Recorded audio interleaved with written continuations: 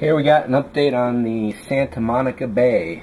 If you'll recall, this is the Captain Cardboard Botany Bay modification. And I'm scratch building some interiors, as this is going to be more of a research vessel, and I'm thinking it's off to another star system. So I had to plan on a lot more than I had thought, which required a lot of mathematics I hadn't expected. But let me give you a rundown. It's been a while since I watched any of these videos myself. The idea here is to create a bunch of decks, drill some windows in these panels here and there. And I had been thinking that there are 16 modules, so I was thinking that essentially, since they are modular, each one would be its own thing. So water storage, habitat, arboretum, bulk storage, fuel storage, and so on. As I started doing some more thinking about it, it really can't work that way. Ideally, you'd want a bunch of like a habitat here, a habitat over there, so if there's any damage to the ship in any given area, you could still go somewhere else. And one of the things that kind of prevents that is the scale of the whole thing. The ship is about 310 feet. That's what I'm calling it for these purposes. And the only other written reference I've found for it is right here. This is from the officer's manual, printed around 1980 or so. And apart from the drawing being highly inaccurate, I don't think the stats or anything else are going to be very accurate. This, I think, was fan produced, so it's not really canon or anything. They give it a length of 107 meters, so that's going to be about 300 feet again. And some of the concepts they have here just make no sense. For example, the thing they've got here is driven by 3 nuclear power plants, but they've got solar panels all over the place, and these are fuel tanks. So I don't really think they exactly knew what they were thinking about. And the drawings themselves are really inaccurate as well.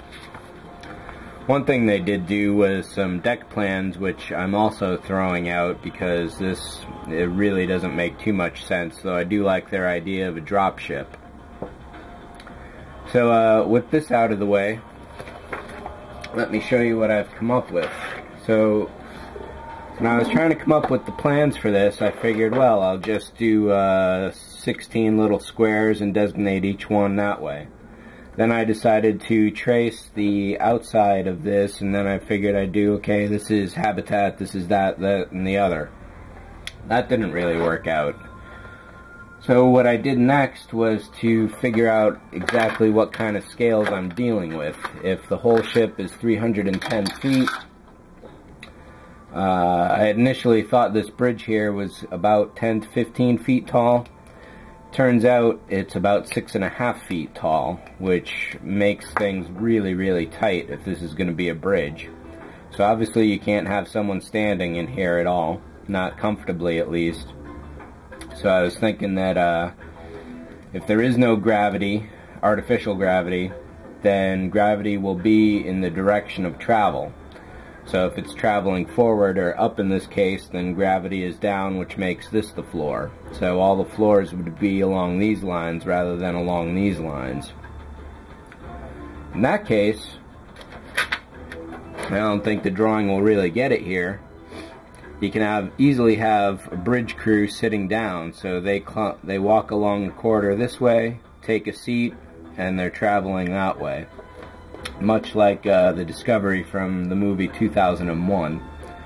So the top view here, a couple pilots plus an entranceway, and there's the front view. 2 seats looking down on them, so if the guys want to see where they're going, they look up.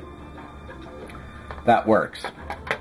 So given that that works, and that this is about 6.5 feet, I next started marking out dimensions of exactly how long this was going to be. And I didn't know this was 6.5 feet until I marked all these out and divided the units that I created by the overall length, which gave me the 6.5 feet. So this is about 110 feet. This is another 110 feet, and then the back here is about 80 or 90 feet. And there's fudgeable room there. I'm considering any excess length to be overhead. So how big are these cargo modules? So again, I measured them out, both directions. This is 32 feet by 52 feet. That's not a lot of space. So when I trace this here, again, I measured them out because I have no idea how to create the area of a non-existent triangle, because you need at least 2 lengths to figure out the area of a triangle. I only have one, 32. And then I have a partial at 32. So I squared everything out, 6.5 foot squares. There's about 15 of them. I got these oddball angles by finding a corresponding space elsewhere. So the bit that's missing here is approximately that big, this approximate here is approximately that big, and then so on. So 15 6.5 squares is, where do we get, 630 feet or so, minus 10%, round down for overhead, space, bulkheads, and all that, gives you 550 square feet per floor per module. So this is about 52 feet. We'll throw the 2 feet away, call it 50 feet. That's 10 feet per floor, 5 floors. 5 floors times 550 square feet is 2,700 square feet per module. Now my 2-bedroom apartment is about 600 square feet, and I've got a fair amount of room, but if you're going to have a crew of people on this for years and years at a time, if not decades, that's not a lot of space.